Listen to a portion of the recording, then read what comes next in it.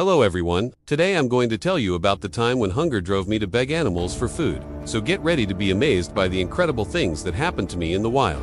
And if you love hearing stories of survival and adventure, please subscribe so you never miss any of our new videos. The jungle can test a man in ways he never imagines. Imagine walking for days, the sun burning by day and the cold swallowing you by night.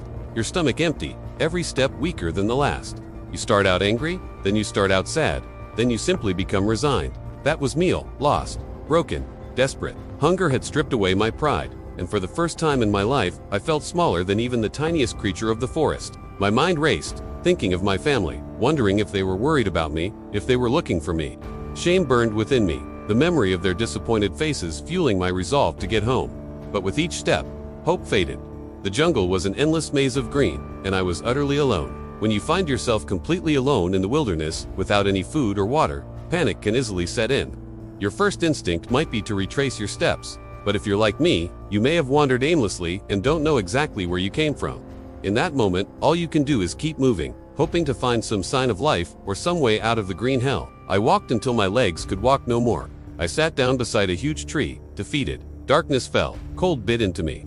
All I wanted was a fire, something, anything to bring back the warmth, to bring back hope. And then I saw it, a glimmer in the darkness, the reflection of a campfire.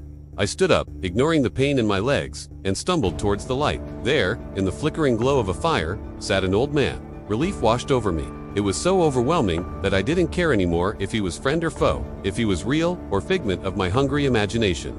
I rushed towards him, my heart pounding, praying for help. He looked up as I approached, his face etched with wrinkles, his eyes twinkling with an ancient wisdom. Without saying a word, he gestured for me to sit down, and I collapsed onto the ground, too tired to care about anything else. The old man reached out, his gnarled hand calloused, but gentle. He touched my forehead and his eyes narrowed. "You are burning with fever," he murmured, his voice like rustling leaves. "Come with me," he added, rising to his feet. Without questioning him, I allowed him to lead me deeper into the forest. As we walked, I noticed small huts hidden among the trees, a place where the sounds of the jungle faded into hushed whispers. Reaching a hut, the old man motioned for me to rest on a mat woven from leaves and vines. "Stay here," he instructed. "I will bring you water and food." In what seemed like minutes, but could have been hours, the old man returned with a bowl of broth and chunks of bread. I ate voraciously, the flavors like a symphony on my tongue. It was more than food. It was life returning to my empty vessel of a body. As the evening deepened, the old man tended to me, his touch firm yet gentle as he dressed my wounds and eased my fever. I tried to speak, but my throat was hoarse. He stopped me with a raised hand. "Rest," he said, "you will be well soon." And indeed, under his care, my fever ebbed, my wounds healed, my strength slowly returned. Days turned into weeks, and during that time, the old man shared his wisdom with me. He taught me the language of the forest, how to find water, how to build a shelter, how to forage for food. One day, as I sat beside him, watching him sharpen a knife, I asked him why he had saved me. His eyes, filled with an ancient knowing, gazed into the fire. "The jungle tests all who enter it," he said, "and sometimes it tests them with hunger, forcing them to rely on its creatures." Before I could question him further, he continued, "It is time for you to return. But remember what you have learned here. You are not the master of the jungle. You are a guest within it." With a heavy heart, I bid farewell to the old man and the sanctuary he had offered me. Back in the familiar world, I struggled to adapt. I couldn't shake off the feeling that I didn't belong. The taste of processed food felt alien on my tongue. The comfort of my home felt stifling. Days turned into weeks, but my restlessness grew. I found myself drawn to the woods near my home. And there, surrounded by trees, I shed the last vestiges of my old life. From the old man, I had learned that the jungle provides for those who respect it. But what did that mean? How could I, a modern man, live off the land? I experimented with foraging, hunting small game, trapping birds. Slowly, I began to understand the rhythm of the forest. I learned to read the signs, to predict the weather by the behavior of birds, to find water where others wouldn't think to look. Then came the day when I truly understood the meaning of the jungle's lessons. As I sat on a fallen log, cleaning my meager catch of fish, a family of monkeys swung down from the trees, their curious eyes fixed on my fish. One of them, bolder than the rest, hopped closer. "Please," I whispered, holding out a chunk of fish, "for your babies." The monkey hesitated, then took the offering and disappeared as quickly as it had come. Moments later, a troop of elephants lumbered past, their massive forms casting long shadows. Fear clutched at me, urging me to hide, but something held me back. Perhaps it was the memory of the old man's words, or the newfound understanding I had of the jungle. Whatever it was, I stood my ground.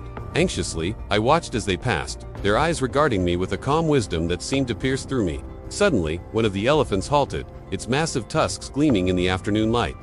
It trumpeted softly, a sound that resonated deep within me. Then it turned and ambled towards me. Terror threatened to overwhelm me, but I forced myself to stay rooted to the spot. As it approached, I noticed something unusual. The elephant was carrying something in its trunk.